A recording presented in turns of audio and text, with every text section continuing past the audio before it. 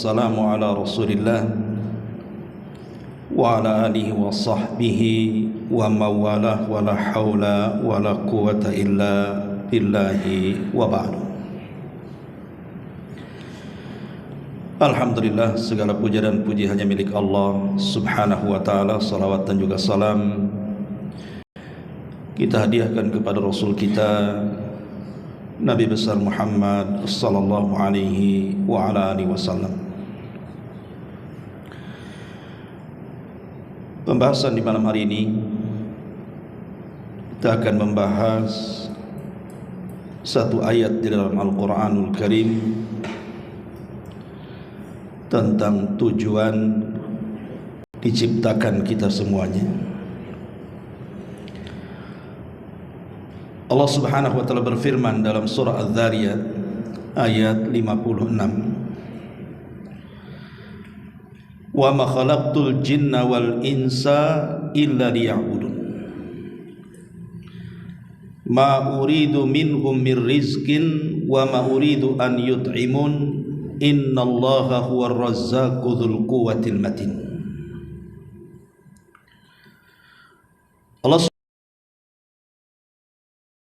dan aku tidak menciptakan jin ataupun manusia melainkan supaya mereka beribadah atau mengabdi kepadaku. Aku tidak dari mereka, dan aku pun tidak berkehendak supaya mereka memberi makan kepadaku. Allah Maha Pemberi rizki yang mempunyai kekuatan lagi sangat kokoh. Ma'asyiral muslimin wal muslimat rahimani wa rahimakumullah. Ayat ini menjelaskan kepada kita tentang tujuan diciptakan kita semuanya, bahwa tidaklah Allah menciptakan kita kecuali diperintahkan untuk beribadah kepada Allah. Karenanya Nabi SAW dan para nabi sebelumnya diutus oleh Allah subhanahu wa ta'ala untuk mewujudkan kenapa Allah subhanahu wa ta'ala menciptakan kita. Dalam surah An-Nahl 36 Allah mengatakan, walaqad ba'athna fi kulli ummatir rasulan an ya'budullaha wajtanibut taghut. Dan tidaklah kami utus pada tiap-tiap umat ini seorang rasul, di mana tugas mereka menyeru kepada manusia beribadahlah kepada Allah dan jauhi perkara taghut. Ma'asyiral muslimin yang dimuliakan Allah subhanahu wa ta'ala, ada beberapa kaidah yang harus kita pahami seputar ibadah ini. Namun sebelum saya menjelaskan tentang kaidah-kaidah seputar ibadah,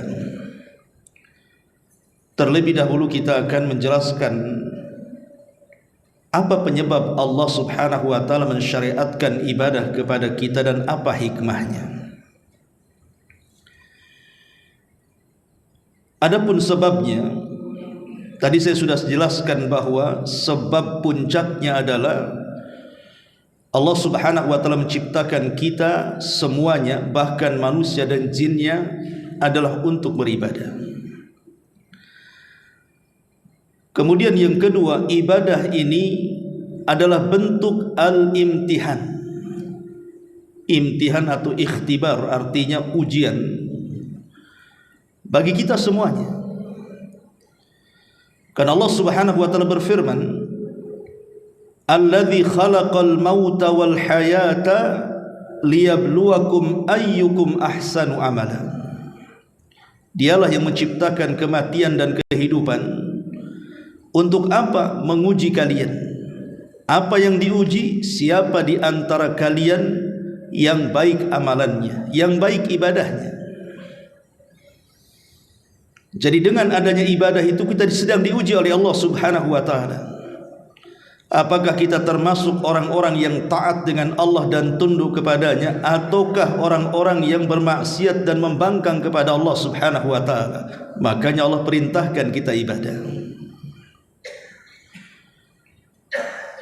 Ma'asyiral muslimin yang dimuliakan Allah Subhanahu wa taala.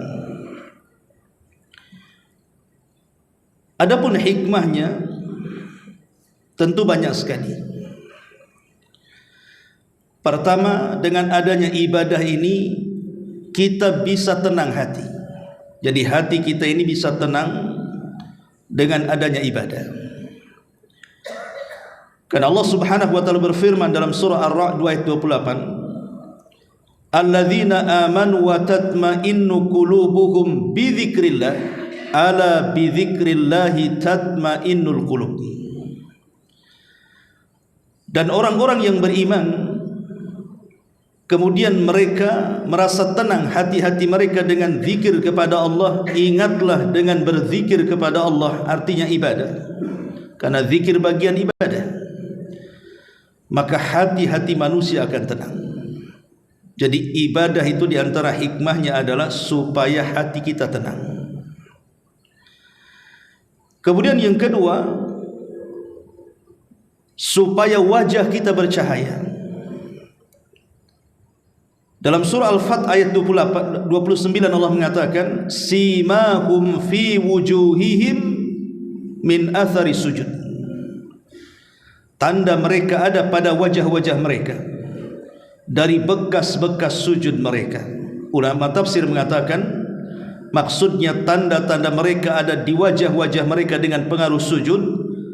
Orang-orang yang suka beribadah, Allah akan berikan cahaya di wajah mereka di dunia, di kuburan, bahkan kelak pada hari kiamat. Dan ini sudah saya jelaskan ketika menjelaskan tentang kelompok-kelompok orang-orang yang mendapatkan cahaya.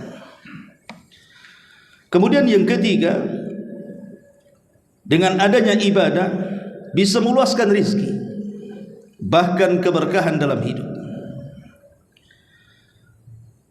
Nuh alaihi salatu wassalam pernah menasihati kaumnya saat paceklik yang berkepanjangan hampir 40 tahun lamanya.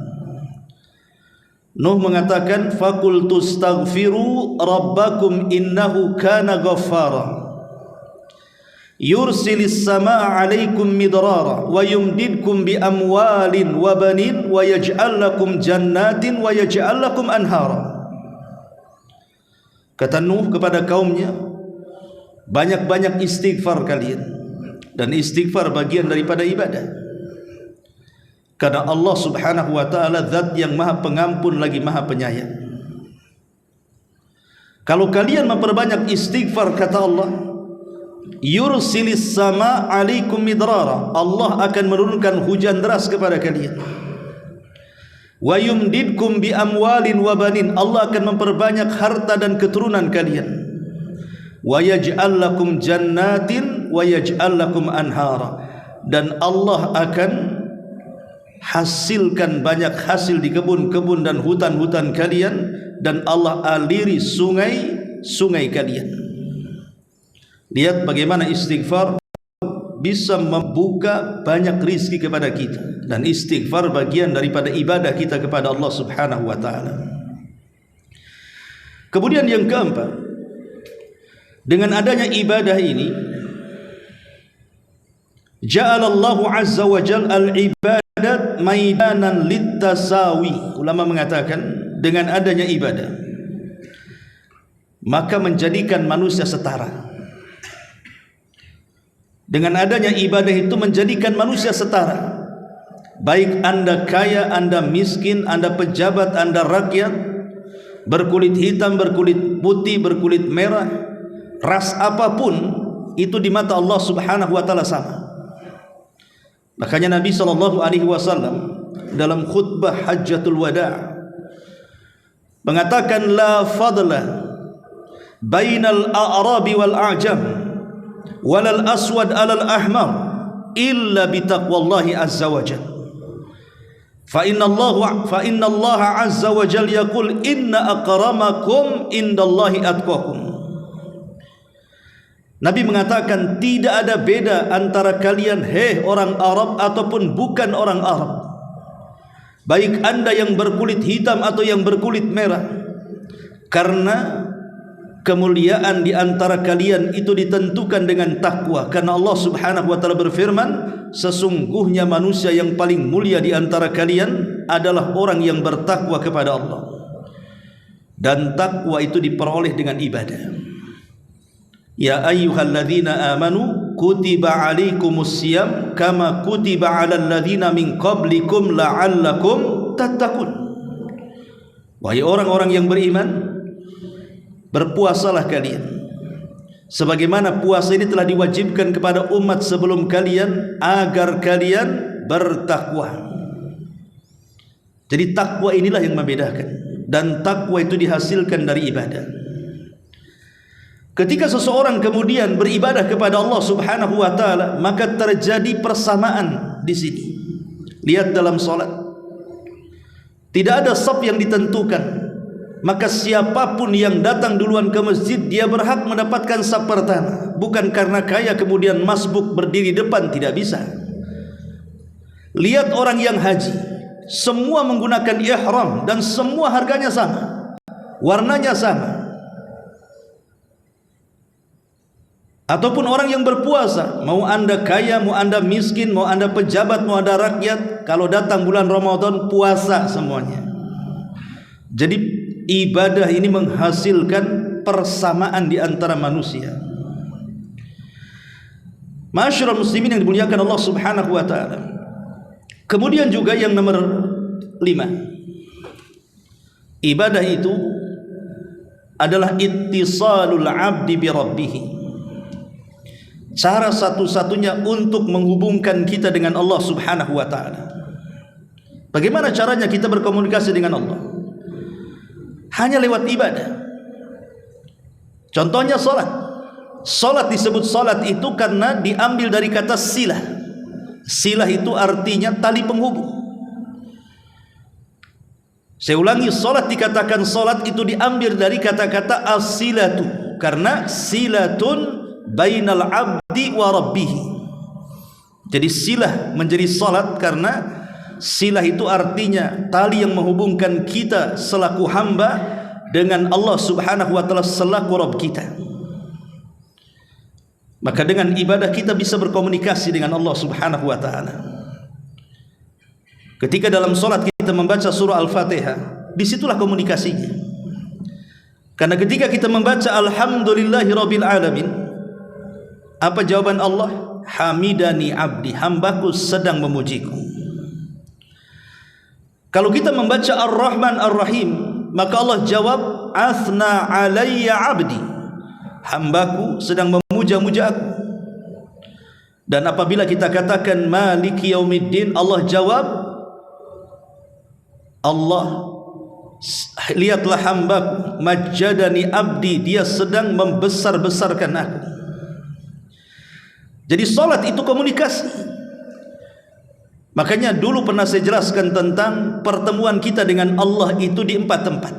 2 di dunia dan 2 di akhirat.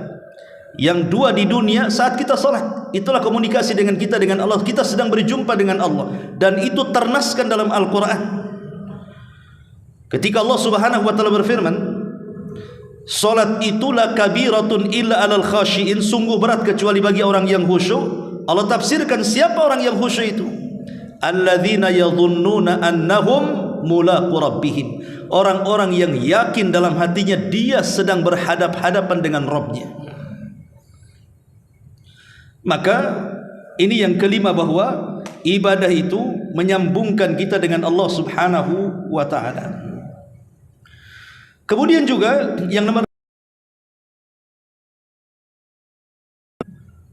rahasia kesehatan manusia. Di dalam ibadah ini ada rahasia kesehatan manusia, dan bisa melancarkan aliran-aliran darah dalam tubuh manusia. Contohnya umpamanya kita lihat ketika seseorang membaca Quran, ketika seseorang berzikir, itu disebut harakatul fam. Jadi lidah ataupun lisan sedang bergerak. dan itu olahraga lisan. Kemudian juga contohnya seseorang hudurul qalbi, menghadirkan hatinya, baik ikhlas, tawakal dan yang semacamnya, itu akan menghasilkan hati yang baik. Dan kita tahu bahwa baik dan tidaknya anggota badan kita dari atas kepala sampai kaki itu ditentukan dengan hati. Kalau hatinya tenang, hatinya baik, maka semua anggota badannya akan baik. Tapi kalau hatinya susah, hatinya rungsep, hatinya tidak baik, maka akan ada pada ibadah. Dengan zikir tenang hati, dengan solat hati kita terpaut dengan Allah Subhanahu wa ta'ala. Ataupun puasa, tanya para dokter tentang bagaimana faedah puasa, luar biasa. Makanya hampir semua agama mensyariatkan puasa, karena bukan hanya bicara soal pahala di balik puasa, tapi lebih daripada itu ada kesehatan di situ. Sebutkan ibadah apa saja, pasti ada mengandung kesehatan di dalamnya. Maka ini diantara faedah ibadah.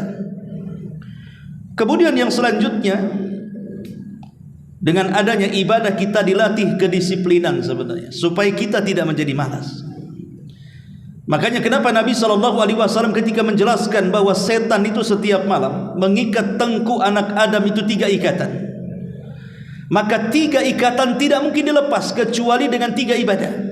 Pertama, ketika bangun dia berzikir kepada Allah, lepaslah 1 ikatan.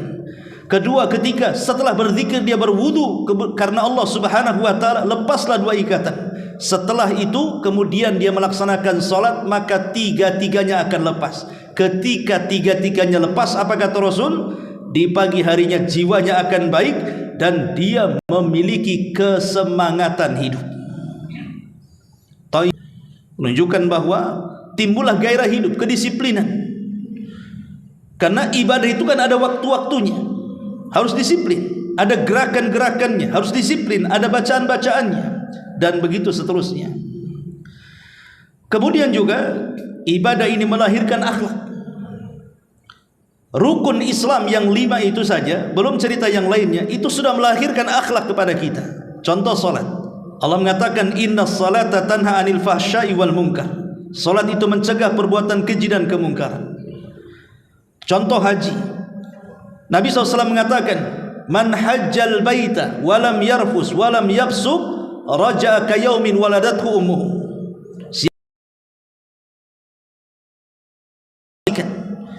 Dia tidak mengucapkan kemungkaran, maka pulang dari haji seperti anak yang baru dilahirkan orang tuanya tanpa dosa. Lihat puasa. Ketika Nabi SAW mengatakan kalau anda sedang berpuasa, kemudian ada orang yang mengajak bertengkar dengan anda, apa kata Rasul? Fakulum ru'un inni sa'imun. Katakan saya sedang berpuasa. Menghindari akhlak yang wa tuzakkihim biha. Ambillah harta-harta mereka, dizakatkan supaya bisa membersihkan harta mereka dan mensucikan hati-hati mereka. Tazkiyatun nafsi. Zakat itu untuk mentazkiyah diri, dan itu bagian daripada akhlak. Jadi intinya bahwa ibadah itu melahirkan akhlak, dan banyak lagi. Ma'asyiral muslimin yang muliakan Allah Azza wa Jalla, baik kita masuk pada kaidah-kaidah ibadah. Pertama, hakikat ibadah itu adalah apa yang Allah cintai dan Allah ridhai. Dan ini terkandung dalam definisi ibadah yang disebutkan Syekhul Islam Ibn Taimiyah. Kata Ibnu Taimiyah rahimahullahu ta'ala ketika mendefinisikan apa sih ibadah itu, maka beliau mengatakan ibadah itu adalah ismun jami'un likulli ma yuhibbuhu Allah wa yardahu minal aqwali wal a'mali adh-dhahirati wal batinati. Kata Ibnu Taimiyah rahimahullah tadi mengatakan ibadah itu adalah ismun jami, sebuah nama yang bersifat universal, sebuah nama yang bersifat umum, mencakup segalanya. Itu disebut ismun jami, mencakup segalanya terhadap apa-apa yang Allah cintai dan Allah ridhai, baik dari kata-kata ataupun perbuatan, baik yang tampak ataupun yang tidak tampak. Itulah ibadah. Saya ulangi, ibadah itu sebuah nama yang umum yang mencakup semua yang Allah cintai, semua yang Allah ridhai, baik berupa ucapan, baik berupa perbuatan, baik yang tampak ataupun yang tersembunyi. Dari sini kita tahu bahwa ibadah itu bukan hanya sekedar di majelis taklim, bukan hanya sekedar di masjid, bukan hanya acara-acara pengajian, zikir dan begitu seterusnya, tetapi semua ucapan dan perbuatan kita yang Allah cinta dan redha itu disebut ibadah. Kalau kita mengeluarkan kata-kata yang santun, Allah suka, berarti mengeluarkan kata-kata yang santun itu ibadah. Kalau seandainya kita membantu orang dengan tangan kita, mengangkat sebuah barang, menolong orang, Allah kok suka, maka itu ibadah. Ketika ada orang yang bertengkar, kemudian kita berusaha mendamaikannya, Allah suka, maka mendamaikan orang bertengkar itu ibadah. Maka ibadah itu mencakup segalanya. Yang penting Allah suka, itu ibadah. Artinya kalau Allah tidak suka, justru Allah benci, Allah tidak redha, justru Allah murka, itu bukan ibadah. Ma'asyiral muslimin yang dimuliakan Allah Azza wa Jalla, ini yang pertama. Yang kedua, sifat ibadah itu tauqifi. Sifat ibadah itu tauqifiyah. Apa tauqifiyah? Terima jadi, paketan dari Allah. Artinya ibadah itu bukan rekayasa manusia. Tidak ada di dalamnya ikut campur tangan adat istiadat manusia, ataupun tidak ada di dalamnya akal-akalan manusia. Ibadah itu murni datang dari Allah. Makanya Ali radhiyallahu anhu ketika bicara tentang masul khufain, mengusap sepatu di atas itu, ya, kalau kita berwudu pakai sepatu, maka tidak usah dilepas sepatunya, asal mengikuti syarat-syaratnya, tinggal diusap saja atasnya sekali. Kalau mencuci kaki kan 3 kali, kalau pakai sepatu diusap sekali saja. Ali radhiyallahu anhu mengatakan, "Lau kana ad-dinu bir-ra'yi," kalau seandainya agama ini berasal dari akal manusia atau akal-akalan, tentu yang diusap dalam sepatu itu bukan atasnya, karena atasnya bersih. Yang kotor itu bawahnya. Kenapa yang diusap bukan tempat yang kotor? Kenapa pula yang diusap tempat yang bersih? Akal tidak menerima di sini. Karena tujuan berwudu itu kan membersihkan kotoran. Kenapa yang bersih diusap, yang kotor dibiarkan? Itulah menunjukkan bahwa agama bukan hasil rekayasa manusia. Agama itu rekayasa, tidak ada rekayasa manusia atau akal manusia. Dia murni tauqifiyah, artinya terima jadi dari Allah Subhanahu wa taala. Tidak boleh dibuat-buat manusia. Karena dia sifatnya tauqifiyah, terima jadi. Apa yang Allah perintahkan laksanakan, apa yang Allah larang tinggalkan, apa yang Allah halalkan nikmati, apa yang Allah haramkan jauhi. Selesai, itulah ibadah. Yang sifatnya itu terima jadi, jangan buat-buat. Ini yang kedua.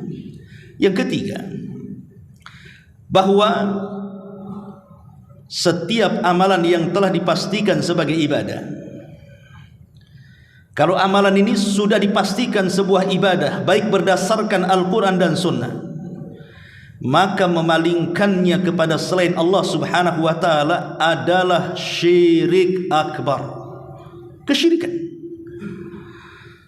Sesuatu yang sudah diponis ini ibadah, solat kan ibadah, karena ada perintahnya aqimus solat, tegakkan solat, berarti Allah memastikan solat itu ibadah.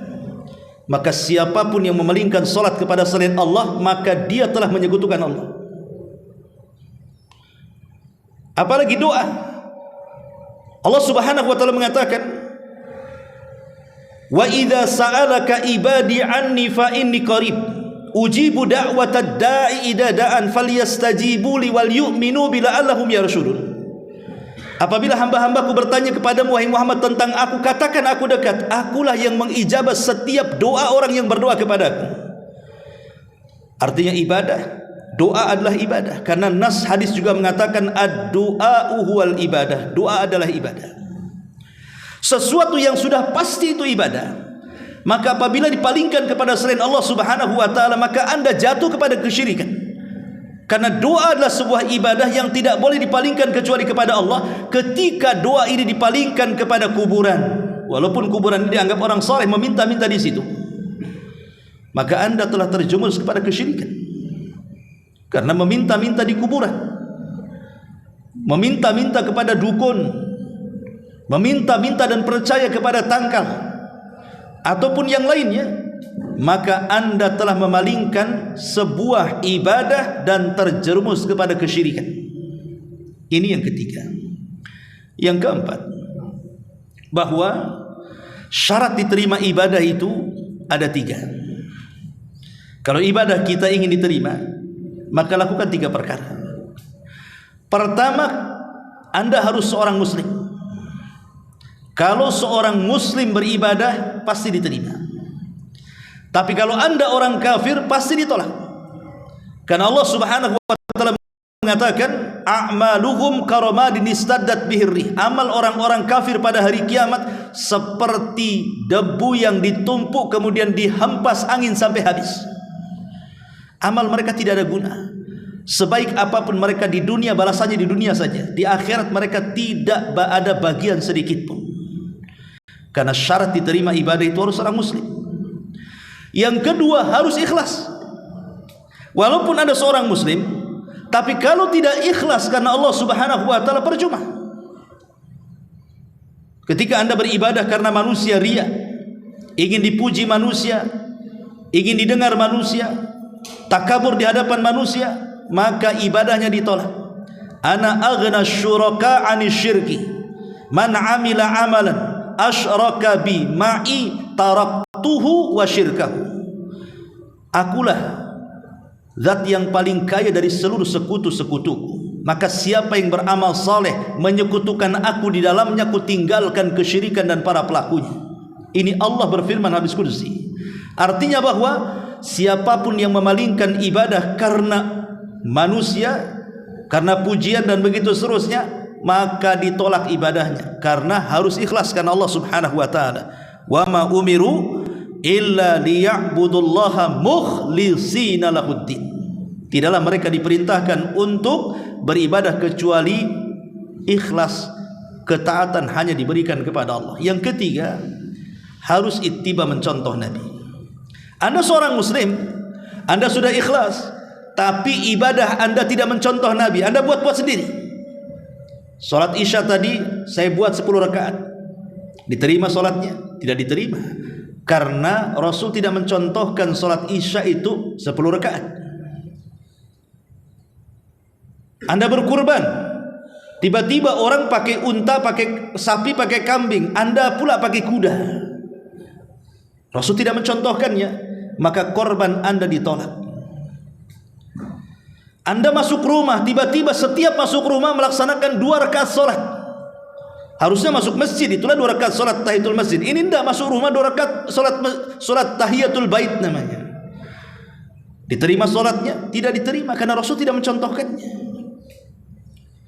Atau Anda kemudian menyembelih kurban sebelum salat Id, diterima ibadahnya? Tidak, walaupun itu adalah hari Idul Adha, karena waktunya sudah ditentukan setelah salat Id baru diterima. Kalau sebelum salat Id disembelih, itu bukan kurban namanya, hanya penyembelihan biasa, karena tidak mencontoh Nabi SAW. Jadi ibadah ini harus mencontoh Nabi SAW. Pertama, dalam bilangan. Kalau Rasul sudah menyebutkan bilangan, maka jangan membuat bilangan baru. Maghrib 3 rakaat, jangan pula ditambah menjadi 4 rakaat. Wudu 3 kali 3 kali, jangan ditambah jadi 4 kali 4 kali 5 kali 5 kali. Karena Rasul ya wazalama, barang siapa yang menambah dalam basuhan wudu lebih daripada 3, dia telah berbuat jahat dan zalim. Karena Rasul tidak mencontohkan. Pamannya sebab masuk masjid solat betul, tapi sebab masuk rumah solat tidak ada hadisnya, tidak ada perintahnya. Ataupun masalah kaifiyah cara, orang solat tadi takbiratul ihram, kemudian berdiri, ruku, sujud dan seterusnya, tidak, dia solat dari tasyahud dulu. Ini tidak tertib, Rasul tidak mencontohkannya, tidak ada cara seperti itu ya. Ataupun mamanya dalam tempat dan waktu. Haji ke Mekah, ini enggak haji ke Karbala, ke Irak sana seperti yang dilakukan orang-orang Syiah. Diterima hajinya? Tidak, karena haji itu hanya bisa ke Mekah saja. Disitulah tempat manasiknya. Kok ke Karbala pula hajinya, gimana ceritanya? Ataupun masalah waktu juga sama tadi. Contohnya umpamanya kurban tadi, waktunya setelah sholat id dia gunakan sebelum sholat id, tidak diterima kurbannya. Jadi perkara-perkara ini walaupun sudah dilakukan, Anda seorang muslim, Anda ikhlas, kalau tidak mencontoh Nabi, percuma ibadahnya. Dan tiga-tiganya harus ada. Inilah disebut syarat diterimanya amal. Ini yang bahwa ibadah itu tidak, ibadah itu kan ada dua. Ada ibadah badan, ada ibadah hati. Dan ibadah badan itu ditentukan ibadah hati. Ingat, Anda dapat pahala saat sholat. Itu sholat kan ibadah badan, itu ada gerakan-gerakannya. Sedekah juga ibadah harta. Haji juga ibadah harta dan badan. Itu tidak bisa ditentukan kecuali dengan adanya ibadah hati. Jadi yang menentukan diterima ibadah badan adalah ibadah hati. Dan ibadah hati yang menentukan ibadah badan itu ada tiga. Pertama, al-hub, perasaan cinta. Yang kedua, al-khawfu, perasaan takut. Yang ketiga, ar-raja'u, perasaan harap. Cinta, takut, harap tidak boleh lepas pada hati kita saat ibadah. Karena ini yang menentukan nilai ibadah badan.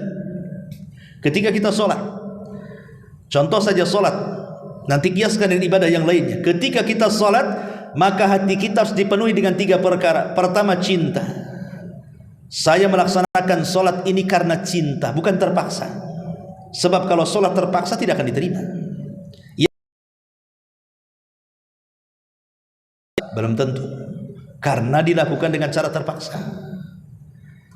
Kemudian yang kedua, takut. Takut kalau seandainya sholatnya itu tidak diterima. Takut kalau seandainya sholatnya tidak berpahala, sehingga menimbulkan perasaan khusyuk. Orang kalau umpamanya sholat tidak takut, asal-asalan dia. Bisa saja umpamanya cepat kilat kan gitu. Tidak tumakninah karena tidak ada perasaan takut. Percuma ibadahnya. Kemudian yang ketiga, adanya perasaan harap. Berharap bahwa sholat saya diterima, bahwa saya ini dapat pahala, bahwa sholat kita ini mengantarkan saya ke dalam sorga. Itu harapan namanya. Karena biasanya harapan itulah yang menjadikan orang semangat untuk beribadah. Contoh mamanya, kalau saya katakan kamu jadi tukang bangunan di rumah saya, kerjakan rumah, 1 hari gajinya 1 miliar. Ada harapan mendapatkan 1 miliar. Boleh jadi sebelum subuh sudah datang itu. Dan mungkin juga nggak diawasi pun dia akan kerja saja 1 miliar 1 hari kan gitu. 1 miliar itu tidak ada apa-apanya dibandingkan surga. Ketika kita ada harapan di situ, semangat ibadah kita. Makanya inilah yang menentukan ibadah adalah ibadah badan, adalah ibadah hati yang tiga ini. Takut, cinta, dan harap. Ma'asyiral muslimin yang dimuliakan Allah Azza wa Jalla. Kemudian yang nomor 7. Yang nomor 6, bahwa ketika seseorang beribadah kepada Allah Subhanahu wa ta'ala, ibadah yang kita lakukan sampai sholat tadi isya, atau sekarang antum sedang duduk mendengarkan kajian, atau mungkin besok anda akan berpuasa dan begitu seterusnya, atau mungkin ingin bersedekah, tidak mungkin terjadi kecuali semuanya karena pertolongan Allah. Kalau Allah tidak tolong, tidak mungkin kaki antum datang ke Muhajirin.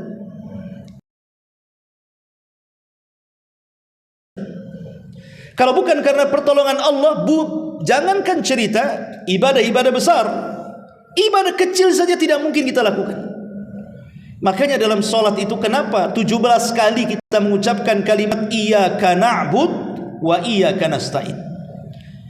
Hanya kepadamu ya Rabb kami beribadah, hanya kepadamu ya Rabb kami meminta pertolongan. Sebenarnya meminta pertolongan kepada Allah itu bagian daripada ibadah. Kenapa diulang? Kenapa tidak iyyaka na'bud titik sampai di sini saja? Hanya kepadamu kami beribadah. Karena kalimat wa iyyaka nasta'in dan hanya kepadamu kami minta pertolongan. Minta pertolongan kan bagian daripada ibadah.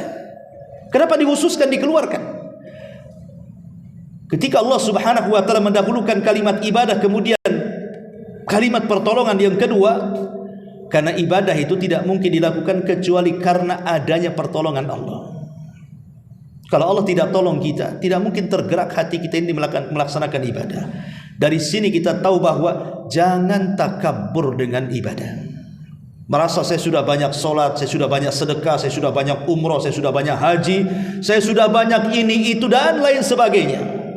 Karena Anda tidak mungkin melakukannya kecuali Allah yang berkehendak. Betapa banyak orang-orang yang tidak dapat hidayah. Mereka tidak pernah sholat, tidak pernah puasa, tidak pernah zakat.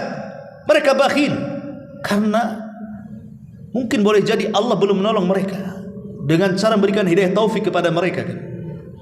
Makanya apa yang disombongkan dari ibadah? Toh semuanya juga karena pertolongan Allah Subhanahu wa taala. Maka bersyukurlah kepada Allah Subhanahu wa taala. Karena ibadah itu tidak lain, ini sebuah nikmat karunia yang besar dari Allah. Ketika kita bisa beribadah, ini nikmat. Karena banyak orang yang luang waktu, punya tenaga, sehat badan, punya biaya, tidak sanggup mereka beribadah. Ada waktu, tidak pun dia datang ke pengajian, tidak pun dia itu sholat berjamaah, tidak pun mungkin dia punya kemampuan harta banyak, tak mau pula sedekah dia. Jadi orang-orang yang kemudian dia mampu melaksanakan apa yang manusia tidak mampu, maka Anda telah diberikan nikmat yang paling besar dalam bentuk hidayatut taufik namanya. Dan nikmat hidayah itu setinggi-tingginya nikmat dalam badan kita.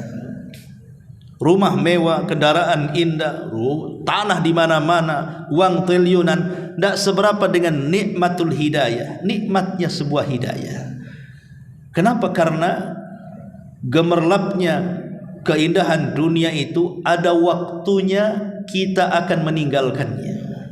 Boleh jadi dunia yang meninggalkan kita atau kita yang meninggalkan dunia. Tapi hidayah itu akan terus dibawa kenikmatannya sampai setelah kematian kita. Ma'asyiral muslimin wal muslimat rahimani wa rahimakumullah. Dan ingat bahwa yang keberapa, yang ke-8. 8. Bahwa manfaat ibadah itu tidak kembali kepada Allah. Ingat, manfaat ibadah itu tidak kembali kepada Allah, tapi manfaat ibadah itu kembali kepada kita. Allah tidak berhajat dengan ibadah kita. Makanya lihat di dalam Al-Quran itu banyak sekali kalimat-kalimat, wa man syakara fa innama yashkuru li nafsi. Siapa yang bersyukur, hakikatnya dia telah bersyukur untuk dirinya, bukan untuk Allah. Kemudian Allah mengatakan, man ihtada fa innama yahtadi li nafsi. Barang siapa yang mendapatkan hidayah itu untuk dirinya. Kemudian juga Allah mengatakan, in ahsantum ahsantum li anfusikum wa in asatum falaha. Kalau kalian melakukan kebaikan, kebaikan itu kembali kepada diri kalian. Sebagaimana kalau kalian berbuat jahat, kejahatan itu kembali kepada diri kalian. Jadi Allah Subhanahu wa taala tidak berhajat dengan kita, tidak berhajat dengan ibadah kita.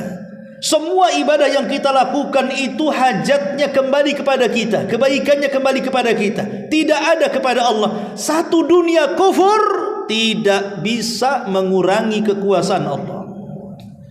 Satu dunia beriman tidak menambah kekuasaan Allah. Kita ini adanya tidak menggenapkan, perginya juga tidak mengganjilkan. Bagi Allah Subhanahu wa taala kita ini apa?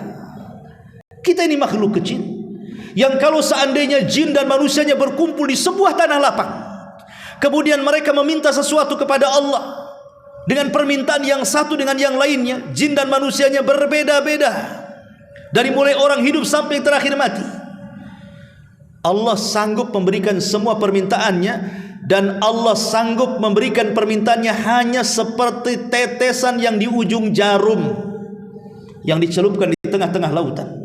Lautan itulah kekayaannya. Satu tetes yang di ujung jarum itulah cukup untuk mengabulkan semua permintaan manusia dan jinnya. Allah itu kaya, artinya dia tidak butuh dengan kita. Walillahil matsalul a'la.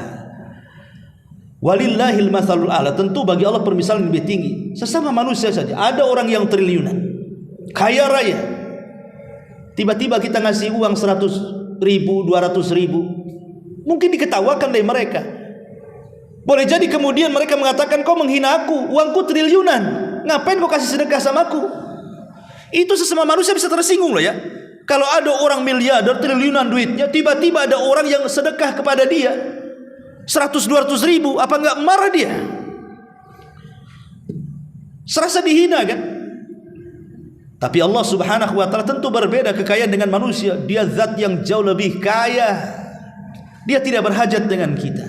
Makanya tadi ayat yang kita baca, wa ma khalaqtul jinna wal insa illa liya'budun ma uridu minhum mir rizqin wa ma uridu an yut'imun.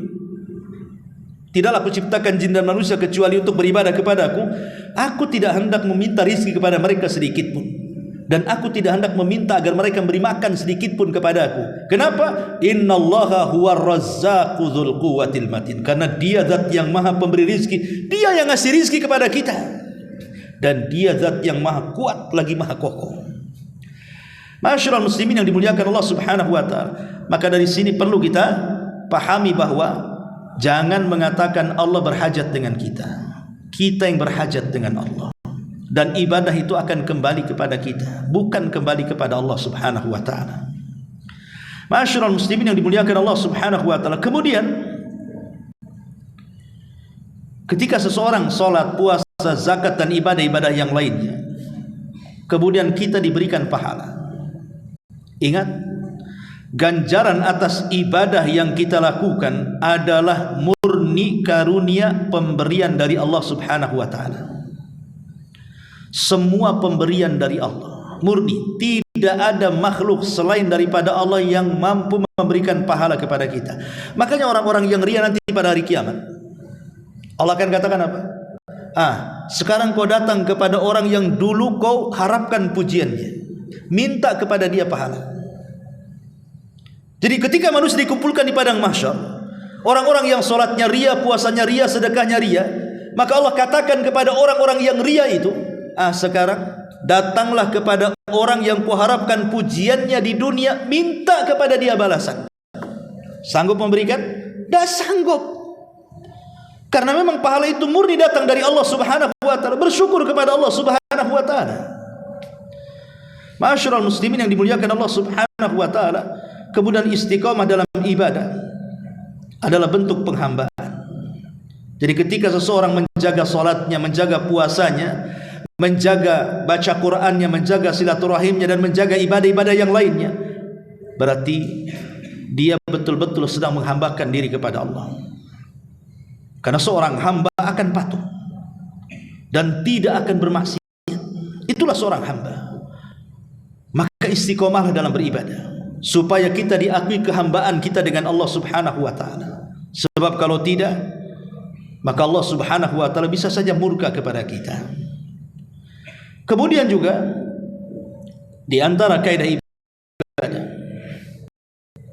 masyaallah muslimin yang dimuliakan Allah azza wa jalla, karena ibadah itu adalah bentuk tadzallul wal khudu, bentuk merendahkan diri, bentuk merendahkan hati, menghambakan diri kita kepada Allah subhanahu wa ta'ala. Maka lakukanlah ibadah itu sesuai dengan perintahnya. Lakukan ibadah itu sesuai dengan perintah Allah dan Rasulnya. Maka ibadah itu akan bernilai di hadapan Allah dan Rasulnya. Kalau kita kemudian beribadah melenceng dari aturan yang Allah aturkan kepada kita, atau aturan yang Rasul aturkan kepada kita, kita lari dari aturan itu, maka Anda tidak sedang menghambakan diri kepada Allah. Anda sedang membangkang dari penghambaan itu sendiri. Dan yang terakhir, jangan pernah merasa sombong. Jangan pernah merasa sombong dengan Allah subhanahu wa ta'ala, seolah-olah kita tidak berhajat sehingga kita tidak ibadah. Allah subhanahu wa ta'ala berfirman di dalam Al-Quranul Karim tentang orang-orang yang sombong, innalladzina yastakbiruna an ibadati sayadkhuluna jahannama dakhir. Al-Anbiya 19. Orang-orang yang sombong dan tidak mau beribadah kepadaku, kata Allah, maka kelak mereka akan dimasukkan ke dalam neraka jahanam dalam keadaan hina dina.